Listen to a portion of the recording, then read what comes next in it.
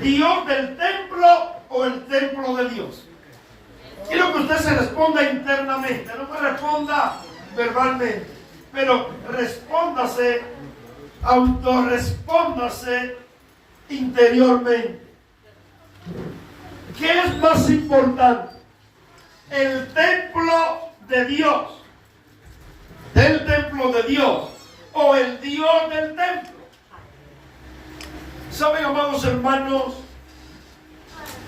La Biblia dice que Israel, el pueblo escogido por Dios, tuvo un rey. Estaba destinado a ser un hombre fuera de serie, así como escuchamos de algunos deportistas. Cuando usted ve a un Cristiano Ronaldo o un Lionel Messi, la pura y lo escuche. ¿Cómo usted escucha a los comentaristas? Es un crack.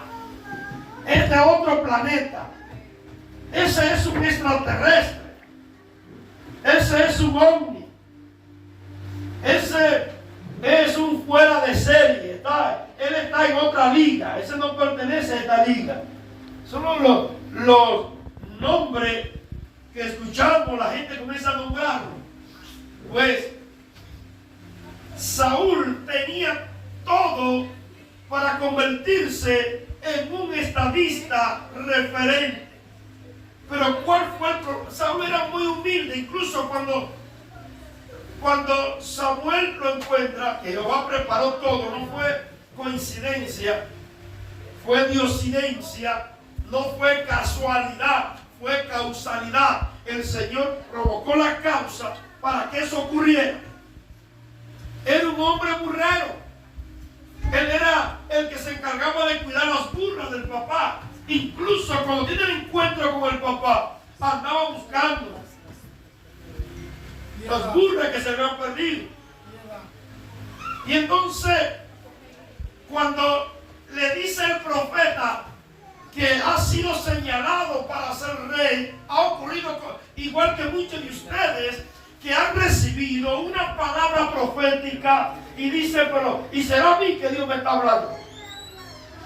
Pero ¿cómo Dios me va a decir que me va a enviar a las naciones? O que Dios me va a poner como padre de multitudes, o que el Señor me va a llevar a tener libertad financiera para que pueda patrocinar su obra, para que pueda ayudar personas alrededor del mundo, en mi nación. Y cuando a veces la palabra como que queda muy grande y la promesa no parece humanamente posible. Pero es que tú le sirves al Dios de lo imposible. Amén. Tú no le sirves al Dios que tiene limitaciones. Dios está por encima del bien y del mal porque simplemente Él es Dios. Y si Él tuviese un diccionario, en su diccionario la palabra imposible no apareciera. Porque no hay nada imposible para Dios. Él es el yo soy, el que soy. Y cuando usted se va al original, al hebreo, yo soy el que tengo existencia en sí mismo. Yo soy la causa de las causas.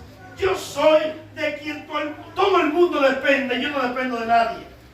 Yo soy el que lo creó todo, lo visible y lo invisible, lo que se ve y lo que no se ve. Y lo creé todo y no soy parte del todo. Soy independiente del todo y todo depende de mí. Amén. Él es poderoso. Aleluya. Esa gente que dicen, yo hablé con Dios y comencé a discutir con Dios así como tan ligero. Cuando usted va a la Biblia, incluso con ángeles, que son criaturas creadas, muchos se caían, incluso algunos lo adoraban. No me adoren porque yo soy un ángel. Yo soy un siervo, un consiervo igual que tú. Y hay personas que dicen, yo hablé con Jehová y yo le decía, y él me mató y dije, no, Jehová, manda otro. O sea, como hablar con alguien, de un compañero de estudio, de trabajo. La Biblia está que vieron hombres de Dios que cuando vieron el resplandor de los ángeles, que no habla ni de querubines ni de serafines, ángeles, pero cuando vieron su esplendor, fueron impresionados. Ellos se sintieron intimidados, algunos cayeron de rodillas para adorarlo. Y yo, no, espérate, no me adoro.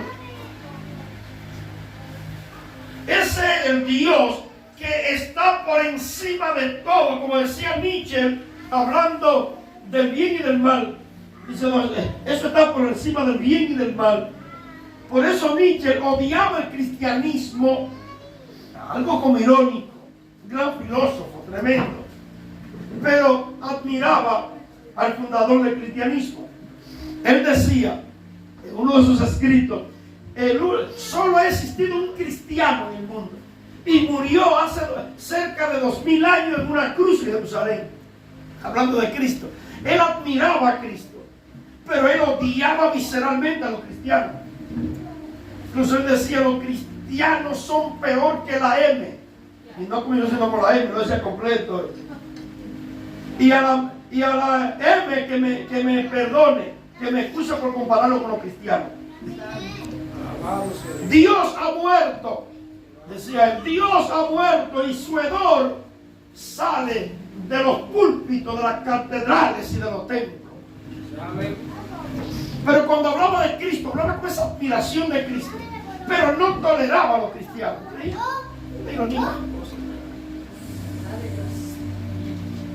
Porque realmente Dios es un ser trascendental, y a ese Dios que no solo es el Dios de allá, es el Dios de aquí. La Biblia dice que ese Dios es un Dios personal. ¿Para con qué tú lo comparas a Dios? ¿Qué significa Dios? Él está interesado en saber lo que tú piensas de Él, porque dependiendo de lo que tú piensas de Él, así tú te vas a acercar a Él, y así tú lo vas a honrar, y así tú lo vas a adorar. Gloria a Dios. Si tú tienes un concepto de Dios equivocado o dislocado, así mismo tú vas a hablar de Dios y así mismo te va a comportar. Pero cuando tú sepas al Dios que tú representas, tú eres la expresión visible en la tierra del Dios invisible del cielo. Pero lo que tú eres, no lo eres por tus propios méritos. Es por pura gracia. Y hay creyentes que han cometido el error de idolatrar el templo. Lo aman tanto que si hay 7 cultos, ellos van al templo. Pero cuando hay culto en la calle o hay célula, ellos no se mueven. Son creyentes templistas. Eso le pasó a los judíos. Se convirtieron en creyentes templistas. Y aquí tenemos una historia interesante. Una historia que me persuade y atrapa mi atención. Ya Israel había tenido a Saúl, que se portó mal, y Dios lo quitó.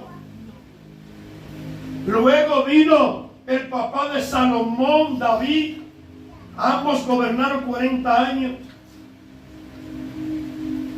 Incluso Salomón también. Pero en 40 años, Saúl se la pasó persiguiendo a David. No construyó nada, no hay una obra, no hizo un elevado, no fundó, hizo una obra que ni siquiera un faro a color, que no sirva, que sea un elefante blanco, que ni siquiera ese faro a color lo hizo Saúl. No, en 40 años Saúl se la pasó celoso y persiguiendo a David. Porque es el problema de esta generación cristal, de esta generación Z. Es una generación que se pasa viendo lo que hacen otros. Pero ¿y tú para cuándo? Si son inconversos, se la pasan viendo qué está pasando con los deportistas, qué está pasando con los artistas, cuánto ganan, dónde están, si tienen la misma pareja. si cambian de pareja. Y ellos están entretenidos viendo eso en las redes. Y esa es su vida. Son brecheros, fetichistas. Y entonces, como tienen en el celular la ventana al mundo, ellos viven viendo la vida de otros. Y por eso no pueden ser jóvenes que trascienden. No pues una generación que avanza ni que marca la diferencia y que no van a dejar ningún legado. Misericordia, Señor, ten piedad. No van a dejar ningún legado. Deberían ser jóvenes temerosos de Dios y jóvenes emprendedores, innovadores, jóvenes que dicen, bueno, que pueden dejar huellas en esta tierra y en su país, pero no, solo están pensando en dembow, música urbana, y son expertos, tienen un PhD en fetichismo, son brechadores. Sí, que si yo estoy aquí y veo que una hermana se ve bien, entonces yo investigo a ver cómo se llama en Facebook para yo verla en Facebook. Y entonces comienzo a seguirla y comienzo a ver sus fotos, sus comentarios. Y hay gente que están malgastando la vida en eso. Señores, no llegue a ese extremo. Pero a mí se me enseñó que yo tenía que ser muy cauto en quien yo seleccionaba que fueran mis amigos.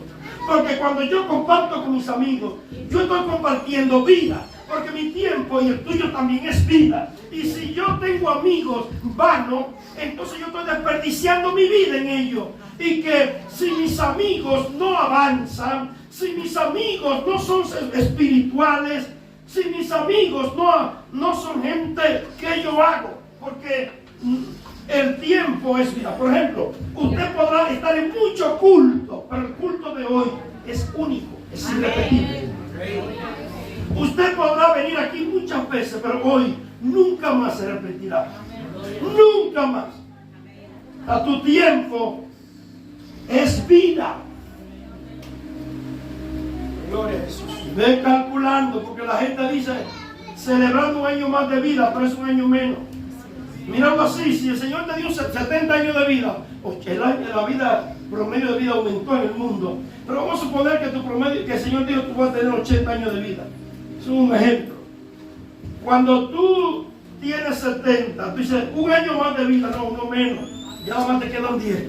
Lo que pasa es que tú no lo sabes. Pero un año menos de vida. Yo escucho a la gente y me quedo tranquilo porque yo los veo tan felices.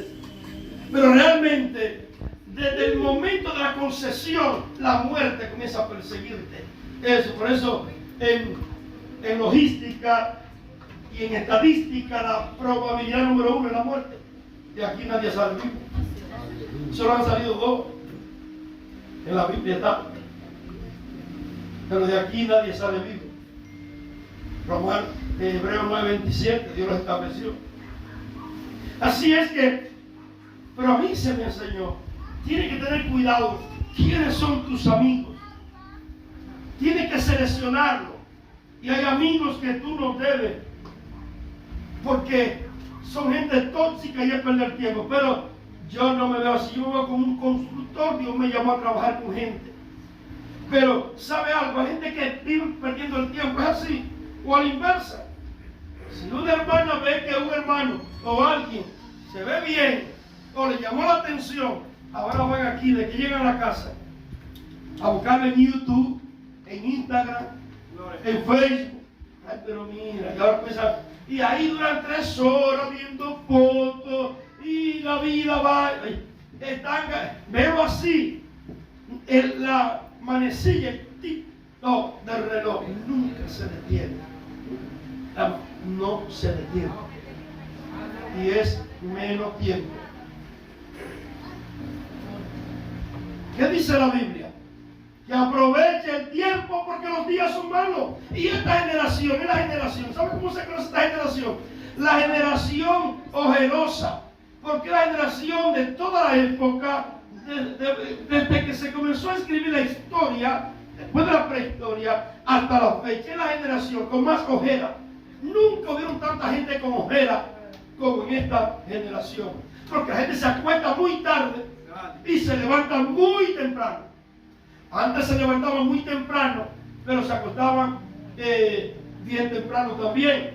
Ahora, con tantas distracciones que hay en las redes, hay gente que se acuesta diario a las 3 y a las 2 de la mañana. Y cuando despiertan, lo primero que agarran es el celular a ver cómo está el mundo.